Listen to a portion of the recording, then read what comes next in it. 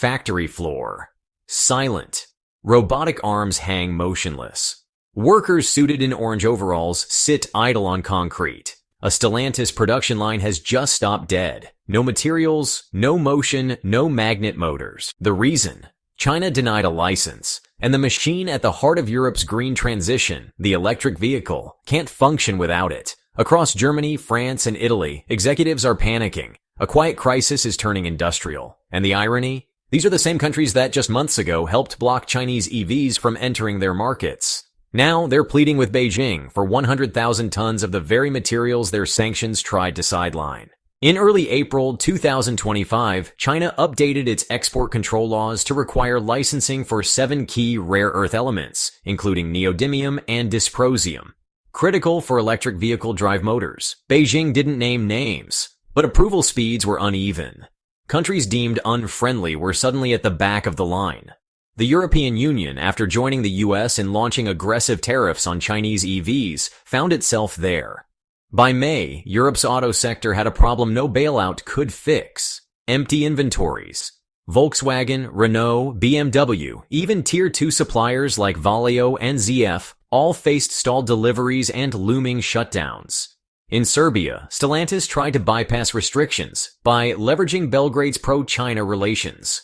They got a partial reprieve, but not enough to keep broader European assembly lines alive. Facing economic paralysis, the EU issued a direct ultimatum to China: fast-track the delivery of 100,000 tons of rare earths within 30 days. Without it, the electric vehicle transition, already under strain, would collapse. Beijing's response: subtle, but strategic. Friendly countries like Serbia, the statement read, are not affected by the new restrictions. Translation: Brussels would have to wait. The same bloc that labeled China's market behavior distortive was now dependent on it to save its flagship green industry. This isn't the first time China has flexed its rare earth dominance, but it's the first time the EU found itself both the target and the petitioner. In 2024, China exported 1.284 million new energy vehicles. It wasn't just about quantity. It was about quality, price, and scale. BYD, NIO, Xpeng, each with vertically integrated supply chains, from raw minerals to battery packs, threatened to rewrite the global EV order. In May 2024, Washington imposed 100% tariffs on Chinese EVs. The move cut off the world's largest market. Then came the software bans. No Chinese chips, no connectivity modules, no batteries. By July, Europe joined in. Temporary anti-subsidy duties escalated into 100% tariffs over 5 years. The message: wall off China before it dominates another sector. Yet by the first quarter of 2025, China had already struck back, without firing a shot. BYD's April sales in Europe jumped 169% year over year, passing Tesla for the first time. China's global EV market share reached 67.7%. For every 3 EVs sold, 2 came from Chinese brands. So while Europe closed the front door with tariffs, Chinese automakers found side entrances through Hungary, Serbia, and partnerships with non-EU affiliates. That's when the contradiction became impossible to ignore. Europe was punishing Chinese EVs, but couldn't build its own without Chinese materials. Let's mull this over for a minute, because this wasn't supposed to happen. Europe's plan was simple: limit imports, ramp up domestic mining, diversify supply chains, and weaken Beijing's grip. Instead, it exposed a dependency even deeper than expected. Rare earth magnets, used in motors, sensors, and battery systems, have no near-term substitutes. Each EV needs around 1 kilogram of these materials. Without them, production halts. And in April, halt it did. By mid-May, more than 40% of European auto plants reported partial shutdowns due to component shortages. The scramble began. Suppliers submitted hundreds of export license applications to China, but only about 1/4 were approved. Some shipments sat in port for weeks, just waiting for customs clearance, while others were rejected without any explanation at all. Bosch warned it would miss delivery schedules. Mercedes pushed back production of its EQS line. Renault furloughed workers. And quietly, executives from across the continent began flying to Beijing. The EU called it, quote, a matter of industrial survival. Prices surged. Neodymium, which was once stable at $110 per kilogram, hit $170 by June. Dysprosium topped $400. Cost estimates projected an 8 to 10% increase in EV retail prices if supply stayed constrained. Tesla, with its US-based partnerships and materials diversification, actually gained a price edge. Chinese firms had vertical access. European automakers were boxed in. Ironically, the very tariffs meant to protect European industry were now just accelerating its disadvantage. Had Europe prepared? Not quite. In 2023, the EU pledged 1.7 billion euros for rare earth investments. Germany and France eyed Australian miner Arafura as a potential alternative. Romania offered exploratory cooperation. But, new mining operations take 5 to 10 years to come online, and refining, even longer. China controls 91% of the world's rare earth refining capacity. Europe controls virtually none. By the time European engineers reached Romania's potential mining sites in 2024, they found the deposits shallow and costly, about 3 times more expensive to extract than China's. Even if raw materials could be mined, refining remains the choke point. China controls 91% of global capacity. Europe controls nearly none. The EU's 2025 Critical Raw Materials Act set a goal to quintuple domestic output by 2030. But nearly 99% of rare earth magnets still come from China.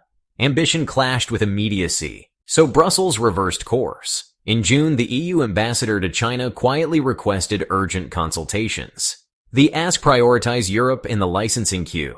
In exchange, the EU hinted at potential cooperation in green tech, trade facilitation, and maybe, eventually, a tariff review. What they received instead was a diplomatic backhand. On July 1st, Beijing announced a 5-year extension of anti-dumping duties on EU-origin stainless steel billets and hot-rolled coils, taxes ranging from 18% to 103%. It wasn't retaliation. The investigations dated back to 2019, when Europe flooded China with below-cost exports. But the timing? Meticulous. Steel isn't just another commodity. For China, it's the foundation of infrastructure, construction, and defense. Between 2018 and 2021, EU stainless steel exports to China jumped 80%, often undercutting Chinese mills. By 2022, local producers were hemorrhaging. The EU's share of China's stainless steel market climbed from 12% to 23%. Dozens of domestic steel plants shut down or went bankrupt. Now, Europe, once the exporter, is the one scrambling for imports. At the same time, the European Parliament condemned China's rare earth restrictions as, unjustified and coercive. A non-binding motion passed with 523 votes, urging the Commission to resist Beijing's pressure. But honestly, the same parliament now acknowledges that 98% of its rare earth magnets and 99% of the 17 rare earth elements come from China. Philip Andrew Speed of the Oxford Institute for Energy Studies stated bluntly, China's controls are more powerful than any tariff. At the G7 summit in Canada, EU President Ursula von der Leyen accused China of weaponizing critical minerals. Yet, no leader proposed a realistic alternative to the Chinese supply chain. A vague G7 critical minerals action plan was announced, lacking specifics, timelines, or funding. Meanwhile, China opened a green channel for selected European companies, but only after full supply chain transparency was granted to Beijing. This wasn't just leverage. It was intelligence gathering. Back in China, officials referenced a quote from Deng Xiaoping in 1987. The Middle East has oil. China has rare earths. Beijing has spent 3 decades building toward that prophecy, investing in both upstream and downstream rare earth integration, locking in African and Southeast Asian supply contracts, and passing its own export control law that, interestingly, is modeled after US frameworks. In 2020, it banned the export of rare earth refining equipment. In 2023, it added gallium and germanium to its restricted list. And by 2025, it added software controls and dual-use license mandates. Every restriction, legal, and, cumulative. So, where does this leave the EU? At the time of this recording, a Chinese delegation is en route to Brussels with high-level talks planned in both Germany and France. The agenda includes rare earth supply, industrial cooperation, and, of course, the upcoming China-EU summit. The EU is hoping for a deal. but China honestly wants something more permanent. Acknowledgement that supply chains can't just be weaponized without consequence. Because while tariffs can be lifted, industrial ecosystems take decades to rebuild. And in the meantime, Europe may face a choice: open its markets, or watch its electric vehicle ambitions dissolve in the absence of a single silent ingredient. A kilogram of magnet, a ton of leverage. The EU sanctioned the car. Now it's bargaining for the motor. The contradiction isn't just political, it's structural. And in a world of zero-emission dreams, it turns out the dirtiest fight is over the cleanest future. We're glad you're enjoying this video. Please like and subscribe. And hey, check out another video that is now on your screen.